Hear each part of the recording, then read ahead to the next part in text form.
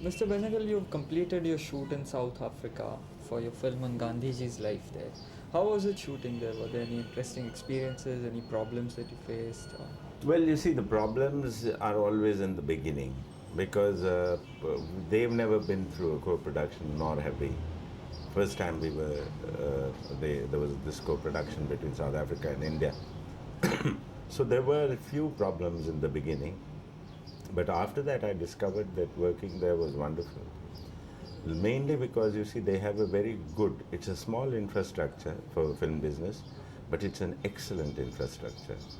The people are extremely well trained. You know, the technical crew is extremely well trained.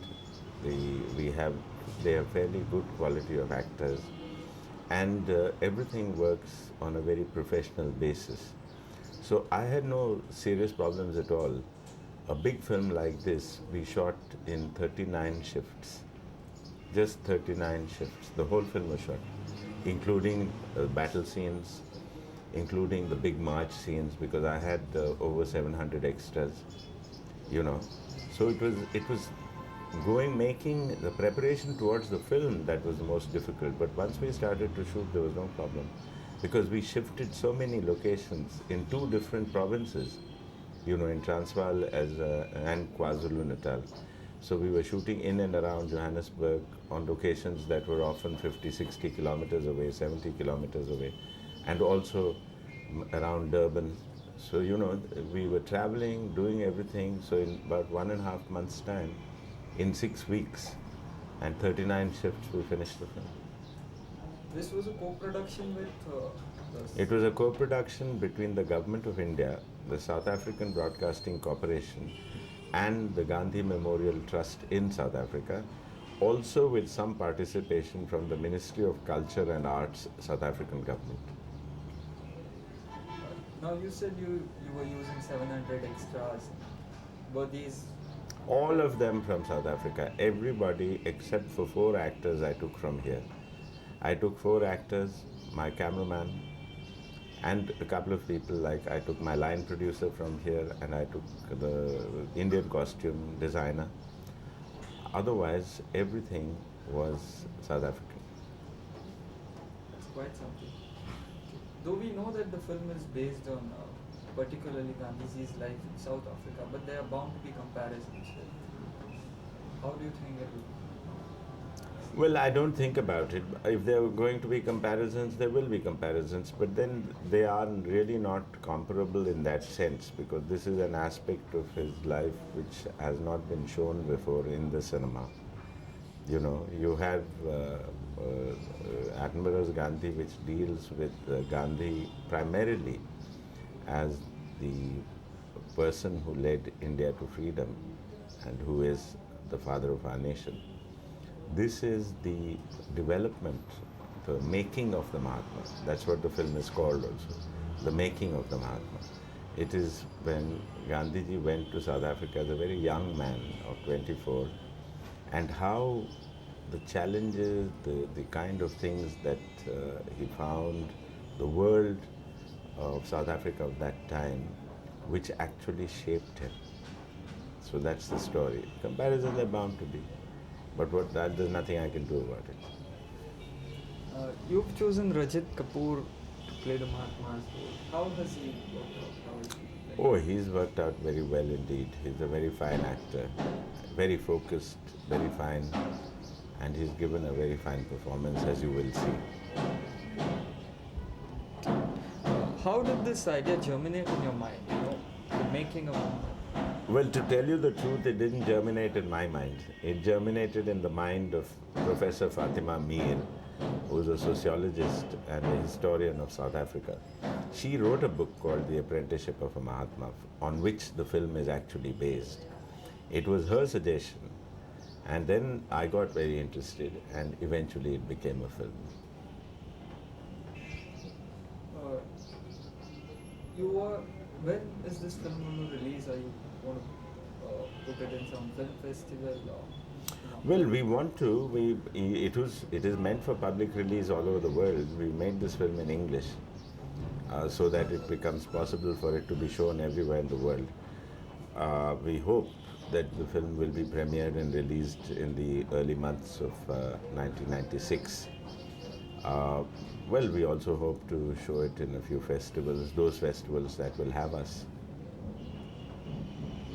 Were there any interesting experiences that you encountered while shooting in South Africa, and particular incidents? Or Well, many, but you see, it was the enthusiasm that was most wonderful. You know, people are so enthusiastic about the film. We got a lot of coverage, a lot of people very interested in knowing about this film and wanting, they showed a lot of interest because it suddenly struck me that there continues to be a fair amount of knowledge of Gandhiji in South Africa, although it is now about 90, 80, well, how many years ago?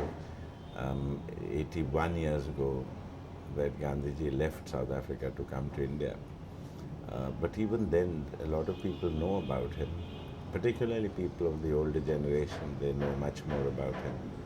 And they also think very highly of him, because Gandhiji did, when he was there, one of the most important achievements, I think, apart from what he did for the Indian settlers in South Africa, was the fact that he started the first political organization in South Africa, you know.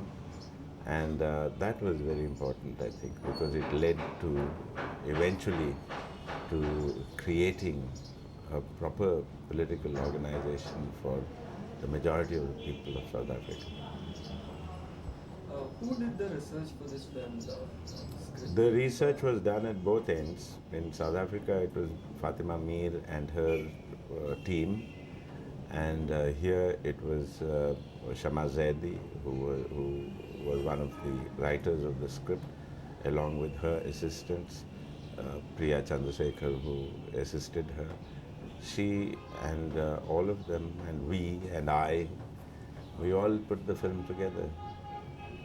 What would you say, if any? Is there any highlight of the film? Any, thing that You see, the film has a climactic point where the civil disobedience movement takes the form of a big march.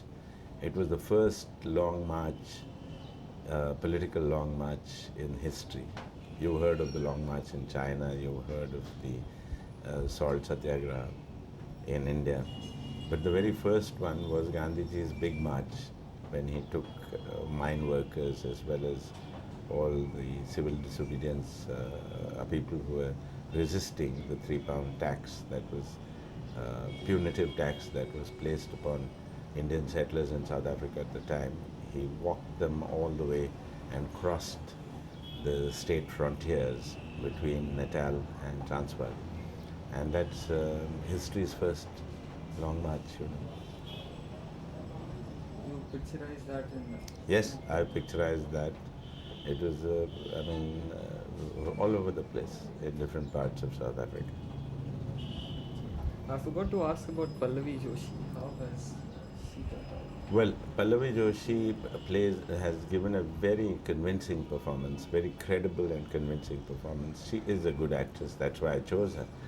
But she has given a very credible, and her performance of Kasturba is very real, in the sense that Kasturba was a very strong and powerful human being, wonderful human being. Of course, Gandhiji, of course, was Gandhiji, and he was the Mahatma. But she was no less. She was an extraordinary person, and that comes through in Pallavi Joshi's performance. And who were these other two actors, apart from the lead pair who you took to South Africa? I took Keith Stevenson, who plays the part of Parsi Rustamji. Parsi Rustamji was a very close political colleague and friend of Gandhiji's in South Africa. And the other person I took was Siraj Khan, who plays the eldest son, adult son of Gandhiji, called Harilal, who he had problems with, Rajit, he plays Rajit Kapoor's son. Yes. Thank you, sir. Thank you.